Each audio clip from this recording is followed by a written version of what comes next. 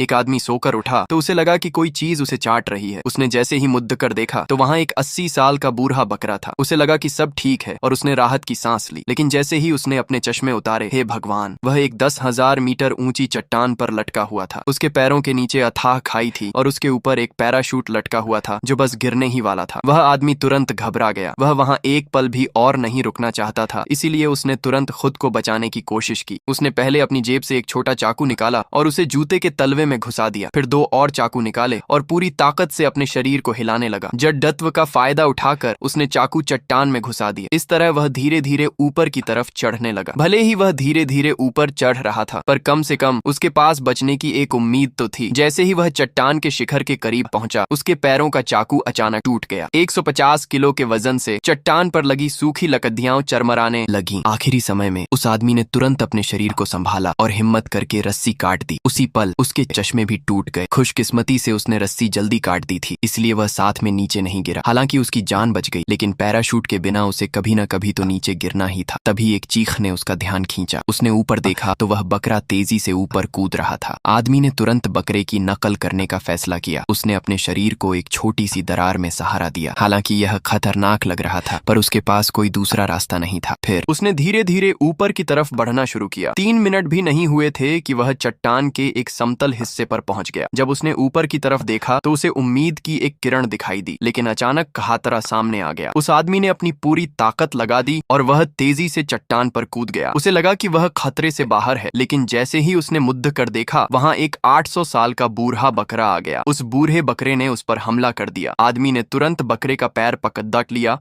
और उसे कसकर मरोड़ दिया। इस तरह उसने अकेले ही इस हवाई खतरे को टाल दिया।